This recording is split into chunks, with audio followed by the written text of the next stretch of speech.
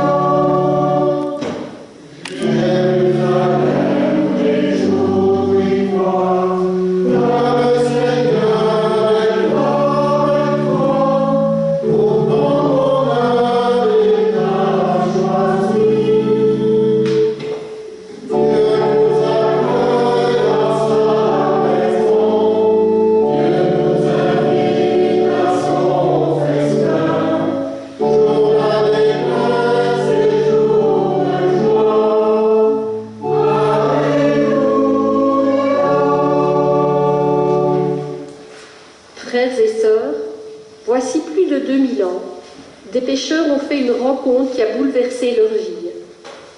Un certain Jésus de Nazareth leur a dit « Venez derrière moi ». Aujourd'hui, c'est sur nous qu'il pose son regard. Il a besoin de nos bras pour lancer le filet. Aujourd'hui, il y a un appel du Seigneur qui commence par notre nom. Accepterons-nous d'y répondre?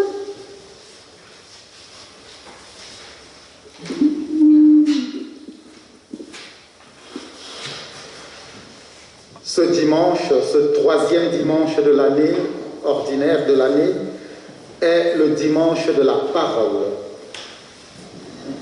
Et donc la table de la parole est mise en valeur en ce jour. C'est aussi et encore la semaine de prière pour l'unité des chrétiens. La veille de sa mort, Jésus a prié pour l'unité des chrétiens, que tous soient un, afin que le monde croie. Liés à lui comme les sarments le sont au sceptre, nous partageons la même sève qui nous anime et qui circule entre nous. Au nom du Père, et du Fils, et du Saint-Esprit. Amen. La gloire de Jésus notre Seigneur, l'amour de Dieu le Père, et la communion de l'Esprit Saint soit toujours avec vous.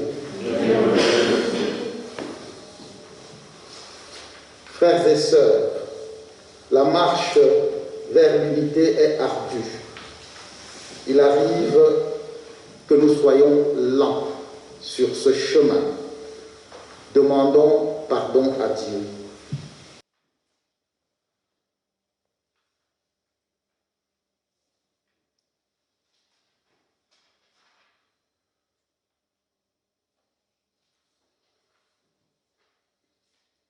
Seigneur Jésus, par ta vie, tu nous appelles à changer notre cœur. Aide-nous à te suivre et prends pitié de nous. Ô Christ, par ton amour, tu nous montres la voie de la bonté et de la douceur. Aide-nous à te suivre et prends pitié de nous. Seigneur, par ta prière, tu nous apprends à remettre nos vies dans les mains du Père. Aide-nous à te suivre et prends pitié de nous. Que Dieu notre Père nous montre sa miséricorde, qu'il pardonne nos péchés, qu'il nous conduise à la vie éternelle. Chantons la gloire de Dieu.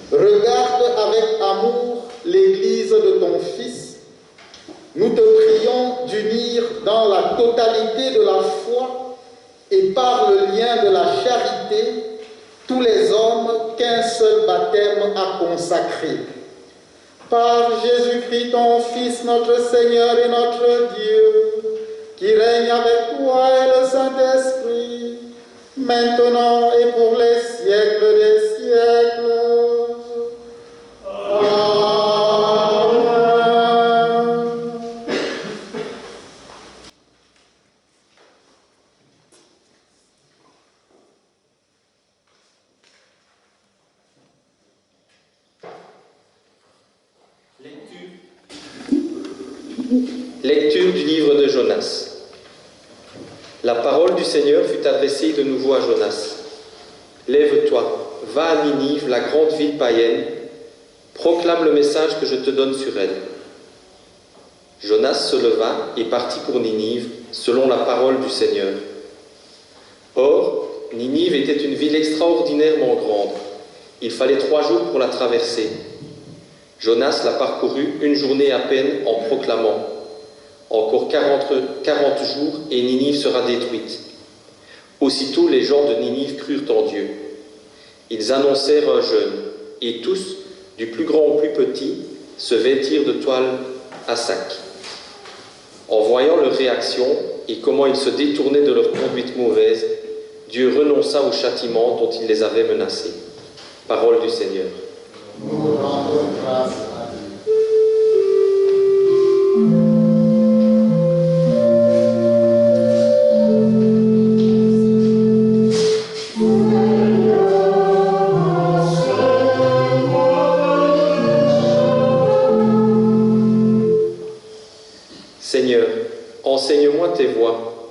Fais-moi connaître ta route. Dirige-moi par ta vérité. Enseigne-moi, car tu es le Dieu qui me sauve.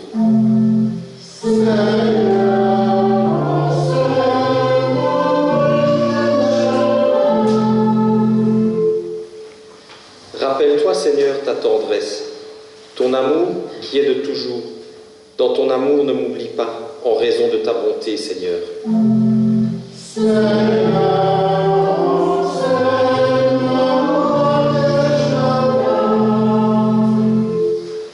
Il est droit, il est bon, le Seigneur, lui qui montre aux pécheurs le chemin.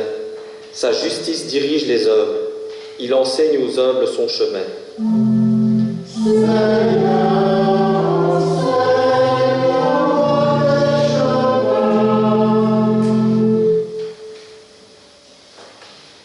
Lecture de la première lettre de Saint Paul apôtre aux Corinthiens. Frères, je dois vous le dire, le temps est limité.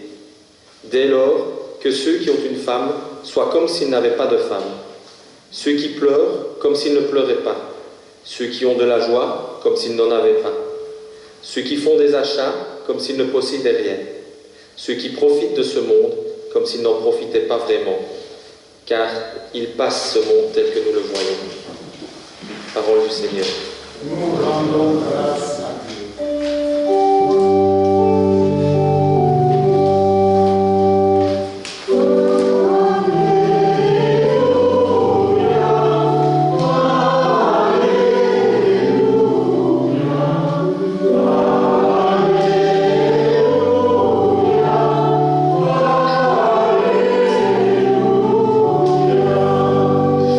Louez Dieu, tous les peuples.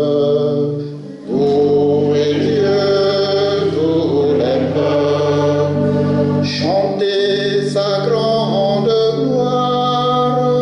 Chantez sa grande gloire. Oui, notre Dieu nous aime. Son amour est fidèle.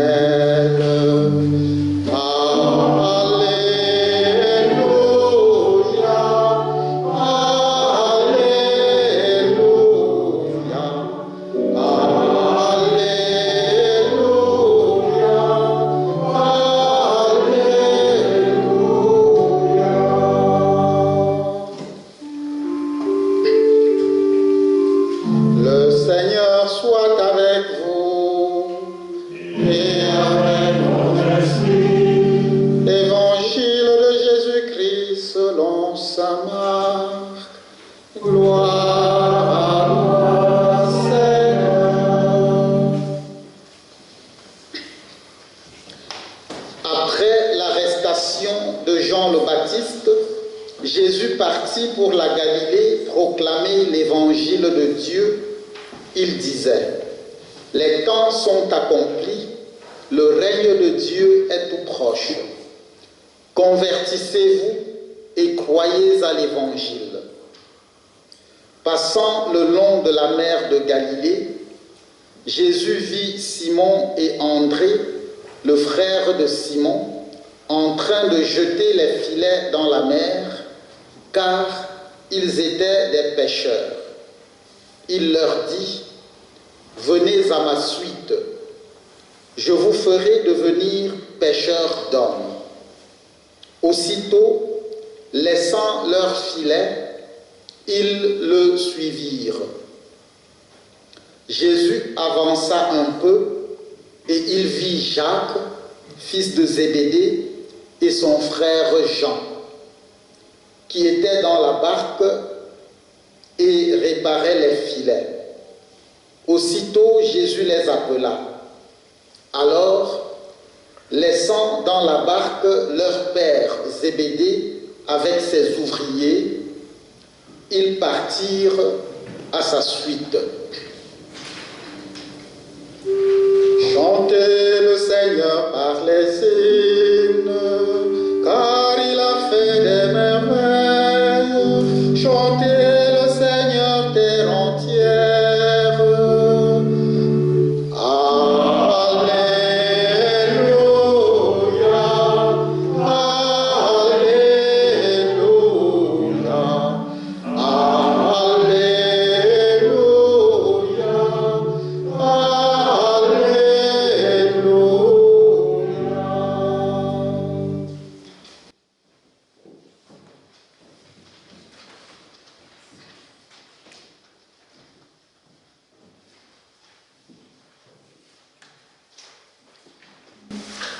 temps sont accomplis, le règne de Dieu est tout proche.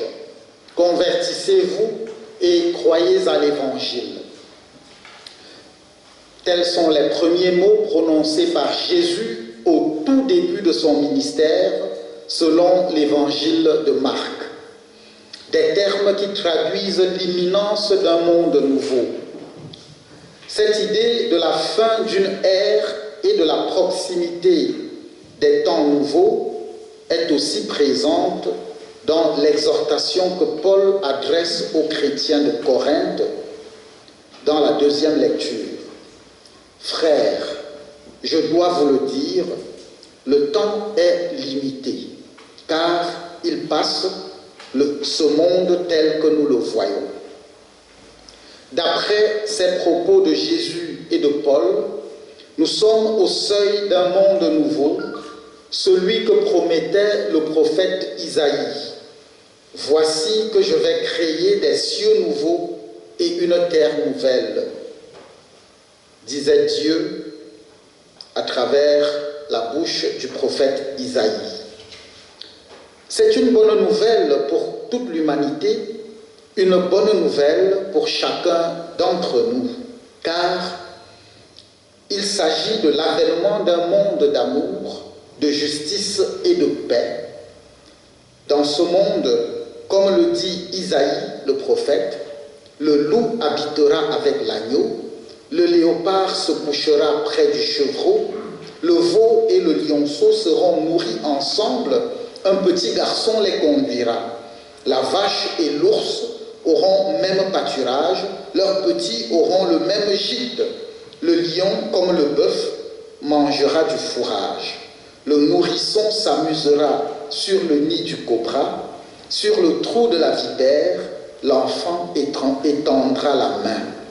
Il n'y aura plus de mal ni de corruption sur toute ma montagne sainte, car la connaissance du Seigneur remplira le pays comme les eaux recouvrent le fond de la mer. Quelle belle vision du prophète! Mais faut-il attendre passivement l'avènement de ce monde nouveau? Nous ne le dirons jamais assez, le salut vient de la conjugaison entre la grâce de Dieu et l'effort de l'homme. Cela dit, l'avènement du règne de Dieu ne se fera pas sans notre collaboration.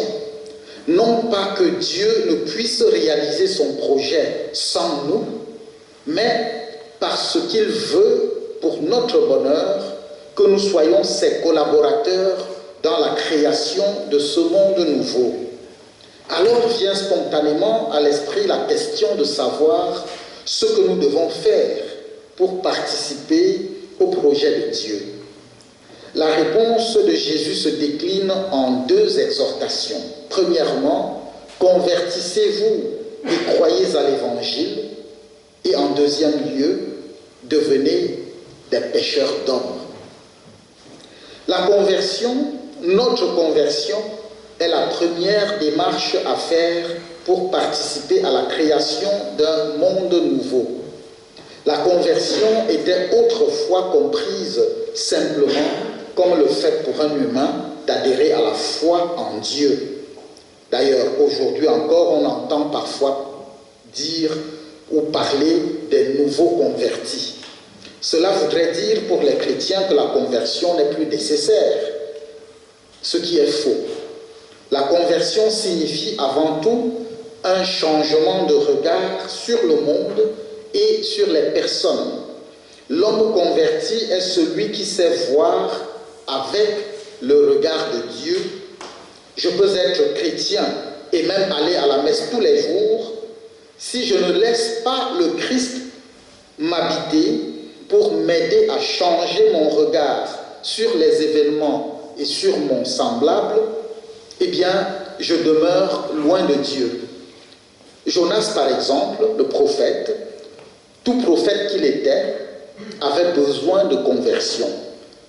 Lorsqu'on lit la lecture au-delà de l'extrait qui nous est proposé ce dimanche dans la première lecture, eh bien, on découvre que le prophète est vexé parce que Dieu pardonne aux habitants de Ninive leurs fautes. Il en est tellement fâché qu'il déprime. Et voilà ce que va dire Jonas. « Ah, Seigneur, je l'avais bien dit lorsque j'étais encore dans mon pays. C'est pour cela que je m'étais d'abord enfoui à Tarsis. Je savais bien que tu es un Dieu tendre et miséricordieux, lent à la colère et plein d'amour, renonçant au châtiment. Eh bien, Seigneur, prends ma vie. Mieux vaut pour moi mourir que vivre. » Le prophète n'en peut plus parce que le Seigneur pardonne à ces cons de païens, de Ninivites, pour ainsi dire. Voilà comment il voit les choses. Dans la suite du récit, Yahvé essaie d'amener Jonas à épouser son regard, celui d'un Dieu tendre, miséricordieux, lent à la colère et plein d'amour, renonçant au châtiment. C'est le chemin de la conversion pour le prophète. Eh bien, pour qu'advienne le monde nouveau que Dieu veut créer, nous sommes aussi invités à devenir des pêcheurs d'hommes. C'est la mission que Dieu avait confiée à Jonas et qu'il n'avait pas voulu assumer. C'est la mission que Jésus confie à ses premiers compagnons. « Venez à ma suite, dit-il, je vous ferai devenir pêcheurs d'hommes. » Dieu nous demande ainsi de nous soucier aussi du salut des autres. Le bonheur ne se vit pas tout seul. Si la découverte et la pratique de l'Évangile me rendent heureux, je suis invité à le proposer à d'autres pour que la communauté des heureux s'élargisse.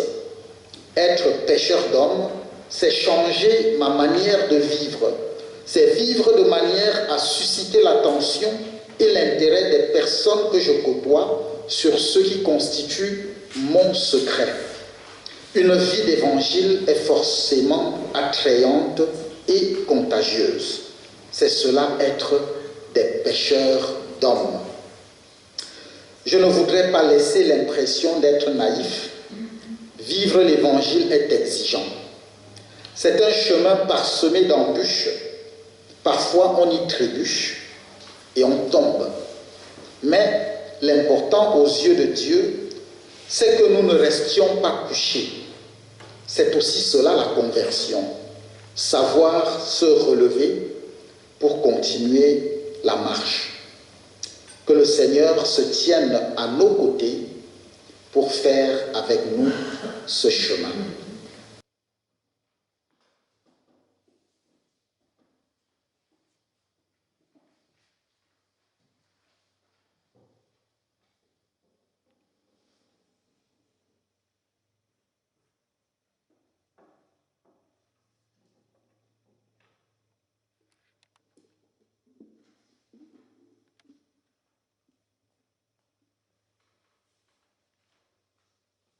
Maintenant, frères et sœurs, professons ensemble notre foi.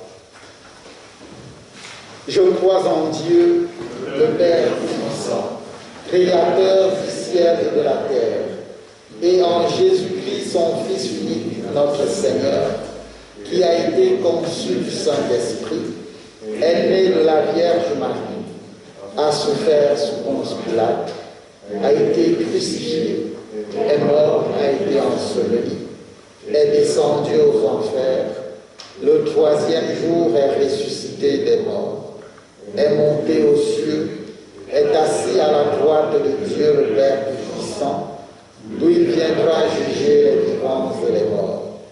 Je crois en l'Esprit Saint, à la Sainte Église catholique, à la communion des saints, à la rémission des péchés, à la résurrection de la chair, à la vie éternelle. Amen. Le Seigneur croise aujourd'hui notre chemin. Confions-lui notre prière.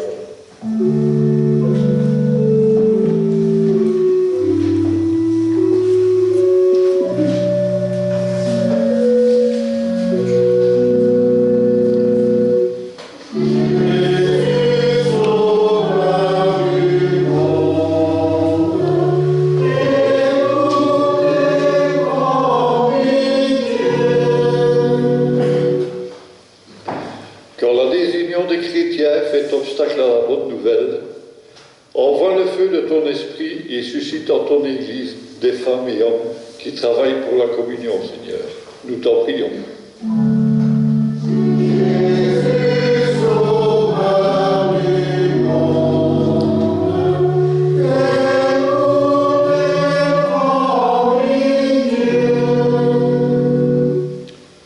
Quand le monde règle ses différends par une course aux armements et au pouvoir, suscite parmi nous des hommes de paix et de dialogue, Seigneur, nous t'en prions.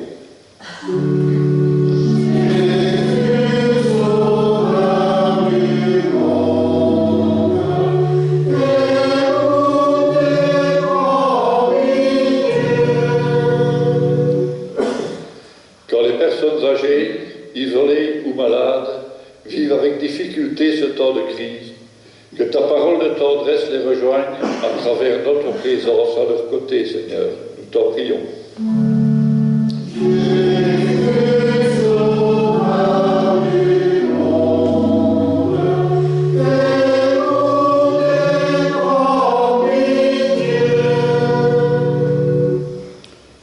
Quand les soucis de la vie nous prennent dans leur filet, convertis nos cœurs et ravive en nous l'audace et le dynamisme de vrais témoins de l'Évangile, Seigneur. Nous t'en prions.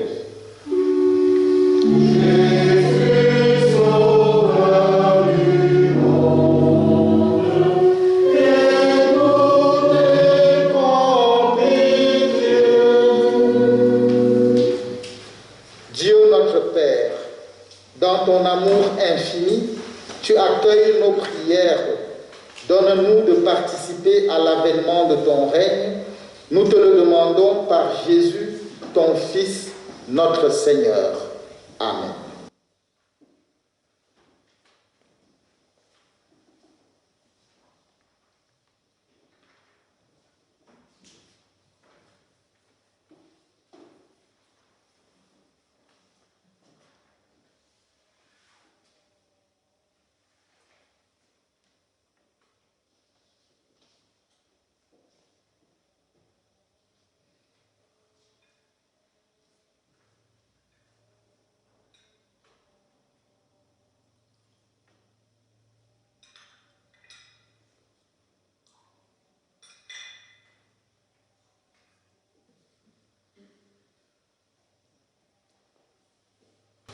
Tu es béni, Dieu de l'univers, toi qui nous donnes ce pain et ce vin, fruits de la terre et de la vigne, fruits du travail des hommes. Nous te les présentons, qu'ils deviennent pour nous le pain de la vie et le vin du royaume éternel.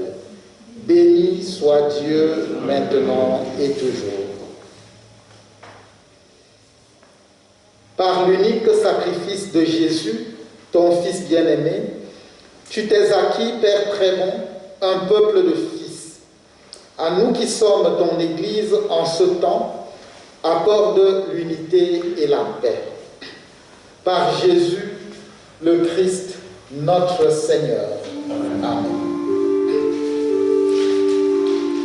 Le Seigneur soit avec vous et avec votre esprit. Élevons notre cœur. Rendons grâce au Seigneur notre Dieu. Cela est juste et bon. Vraiment, il est juste et bon de te rendre gloire, de t'offrir notre action de grâce toujours et en tout lieu. À toi, Père très saint, Dieu éternel et tout-puissant, par le Christ notre Seigneur.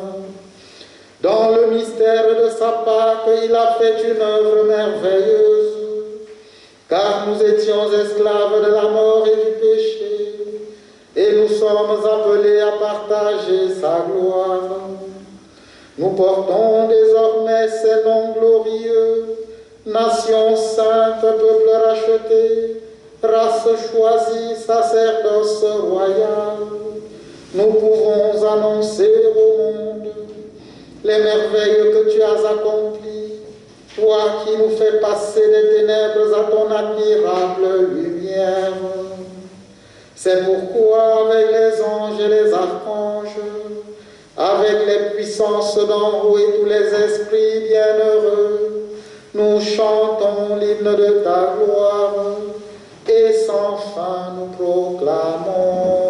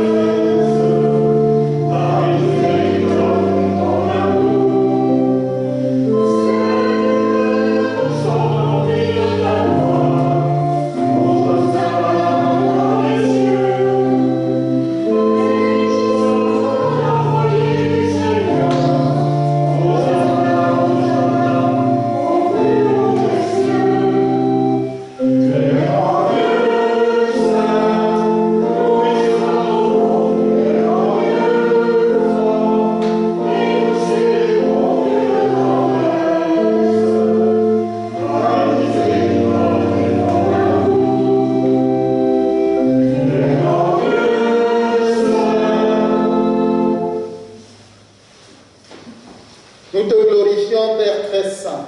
Tu es toujours avec nous sur la route, et plus spécialement encore lorsque ton Fils Jésus nous rassemble pour le repas de l'amour.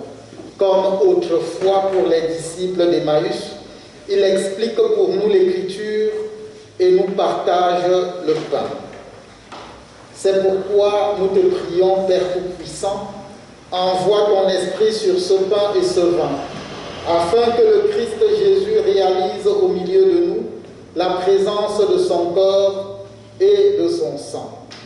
La veille de sa passion, pendant le repas, il prit le pain, il rendit grâce, il le rompit et le donna à ses disciples en disant : « Prenez et mangez-en tous, ceci est mon corps livré pour vous. »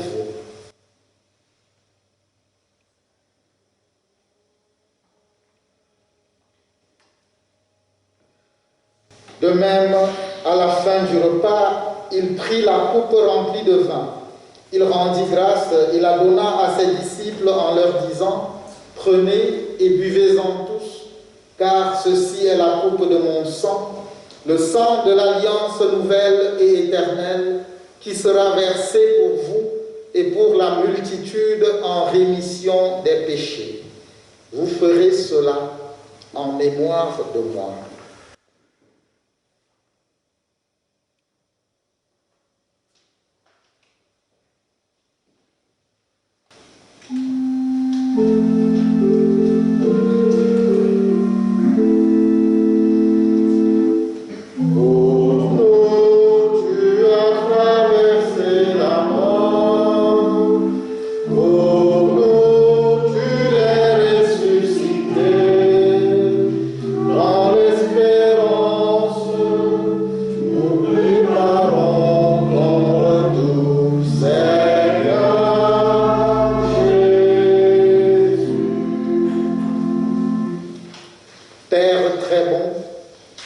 Nous célébrons le mémorial de notre réconciliation et nous annonçons l'œuvre de ton amour. En passant par la souffrance et la mort, ton Fils est ressuscité à la vie nouvelle et a été glorifié. Regarde cette offrande. C'est Jésus qui se donne avec son corps et son sang et qui, par ce sacrifice, nous ouvre le chemin vers toi, notre Père. Dieu plein de tendresse, donne-nous l'esprit d'amour, l'esprit de ton Fils. Nous qui allons recevoir son corps et son sang, fortifie-nous et fais que nous soyons un dans la foi et l'amour, unis au pape François, à notre évêque Jean-Pierre. Ouvre nos yeux à toute détresse. Inspire-nous à tout moment la parole qui convient quand nous sommes en face de frères et sœurs seuls et désemparés. Donne-nous le courage du geste fraternel quand nos frères et sœurs sont démunis ou opprimés. Fais de ton Église un lieu de vérité et de liberté, de justice et de paix, afin que toute personne puisse y trouver une raison d'espérer encore. Prends pitié, Père très bon, de nos frères et sœurs qui sont morts dans la paix du Christ, en particulier ceux recommandés à nos prières de ce jour. Conduis-les à la résurrection. Et lorsque prendra fin notre pèlerinage sur la terre, accueille-nous dans ton royaume où nous espérons être comblés de ta gloire, tous ensemble et pour l'éternité, en union avec la Vierge Marie, la bienheureuse Mère de Dieu, avec les apôtres, les martyrs et tous les saints. Nous te prions et nous te glorifions par Jésus le Christ, notre Seigneur. Par lui, avec lui et en lui, à toi, Dieu le Père Tout-Puissant, dans l'unité du Saint-Esprit, tout honneur et toute gloire, pour les siècles des siècles.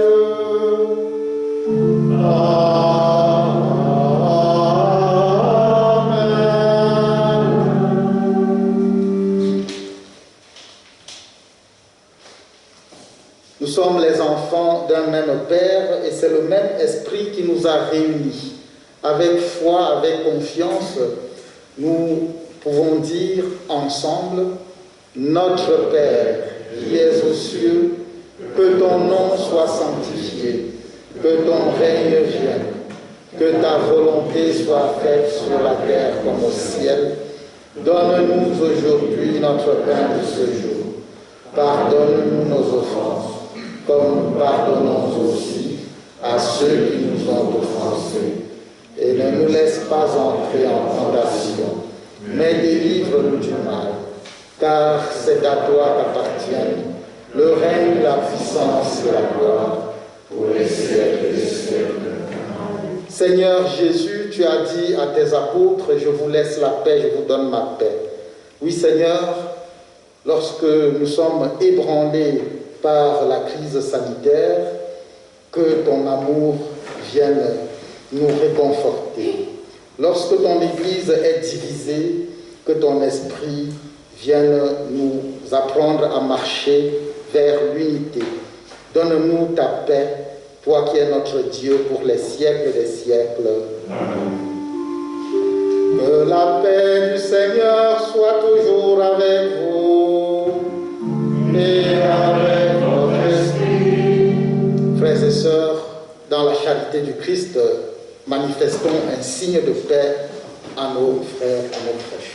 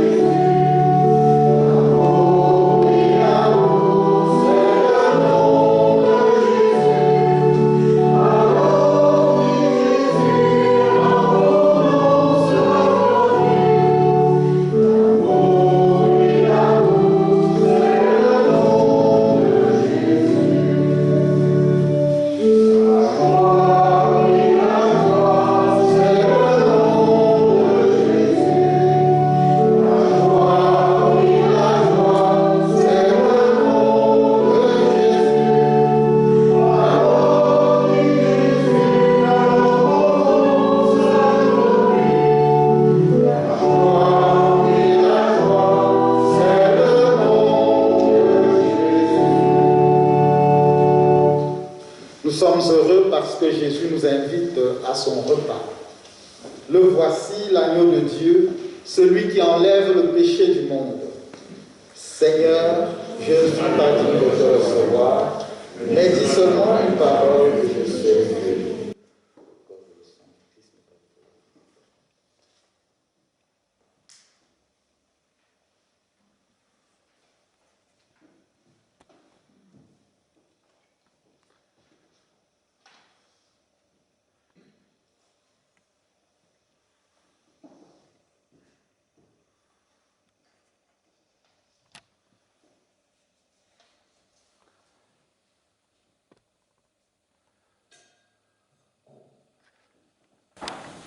Le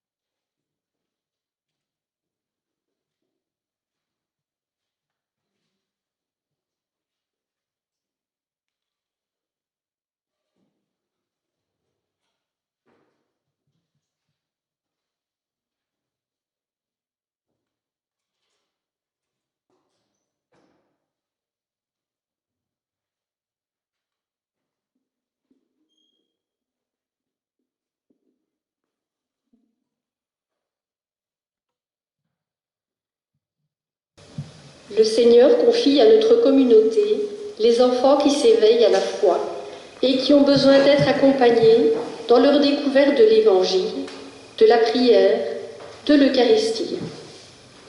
Il nous confie les jeunes à la recherche d'un sens à leur vie. Il nous confie les parents qui ont demandé le baptême pour leur enfant. Il nous confie les malades et les isolés, les pauvres et les exclus de notre société, ceux qui marchent à tâtons dans leur vie comme des brebis sans pasteur. Rendons grâce au Seigneur pour l'appel qu'il nous adresse et la confiance qu'il nous fait.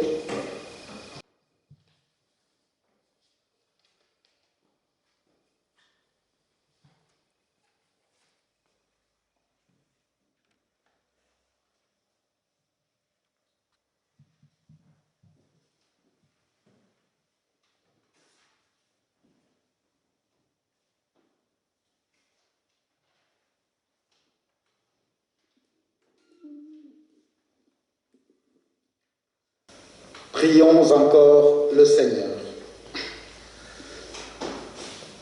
Esprit Saint, feu vivifiant et souffle léger, viens habiter en nous. Renouvelle en nous la passion de l'unité pour que nous vivions conscients du lien qui nous unit en toi. Que tous les chrétiens qui ont revêtu le Christ à leur baptême s'unissent et témoignent ensemble de l'espérance qui les fait vivre. Toi qui règnes avec le Père et l'Esprit Saint, pour les siècles des siècles. Amen.